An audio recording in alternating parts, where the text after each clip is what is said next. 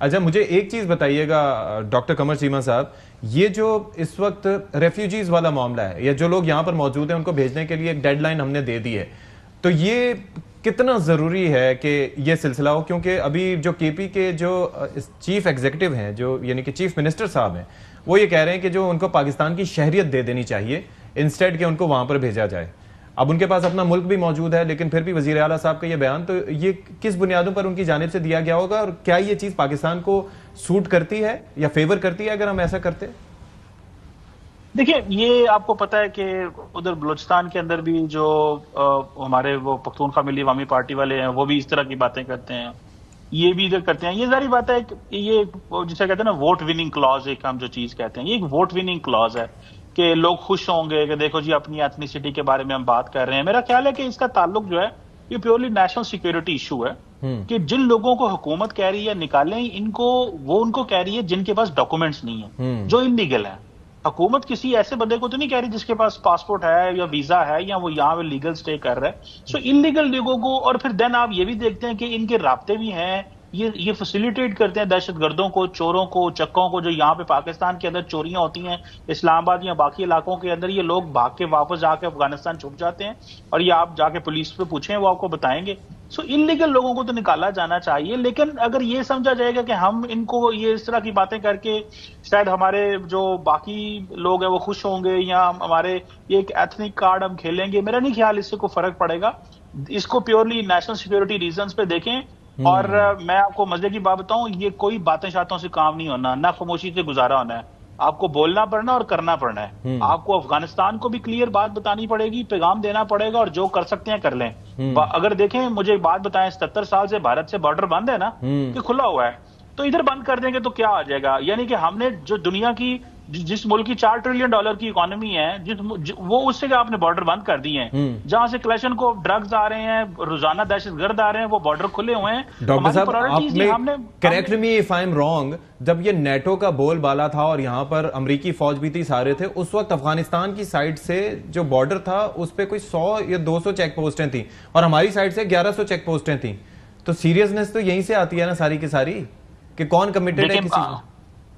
देखिए, उनको तो अच्छा सूट करता है अफगानिस्तान को कि बॉर्डर खुला रहे हमारे लोग, क्योंकि वहां पे रोजगार नहीं है, जाएंगे सारा कुछ करें। और हम लोग भी जारी बात है इस इलीगल स्पेक्ट्रम का फायदा उठाते हैं, हमारे लोग फायदा उठाते हैं, वहीं से फिर दहशतगर्द जमातें भी इस इलीगल स्पेक्ट्रम का फायदा उठाती हैं।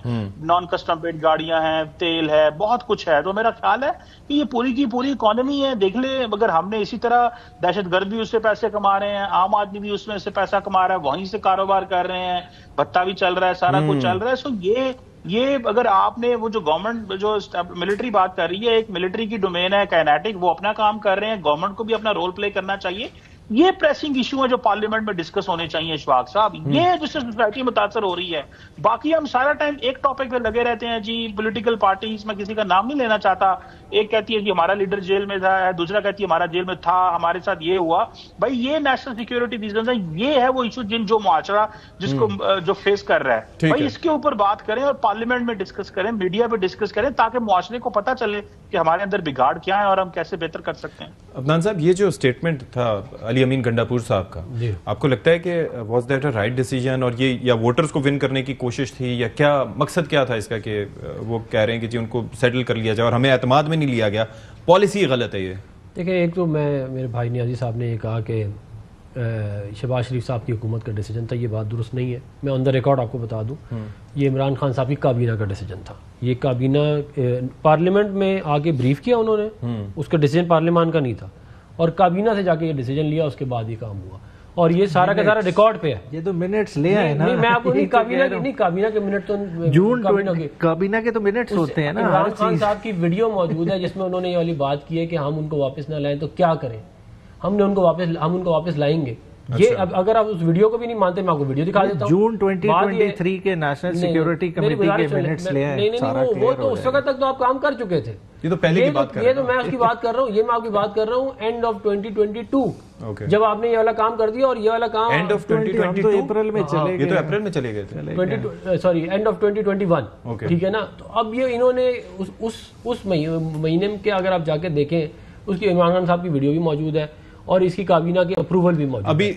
और मुझे एक और गंडापुर साहब पे आ जाए ना, देखिए गंडापुर साहब जो है मुझे ये लगता है कि वो इतने कंसर्न नहीं है। KPK के अंदर बिजली का मसले हैं, रोज़गार के मसले हैं, सिक्योरिटी के मसले हैं। इस वक्त सबसे बड़ा मसला खैबर पख्तूनख्वा हुकूमत का ये है कि अवान महाजरीन जो है उनका क्या करना है, जो उनकी बातों से मुझे लगता है।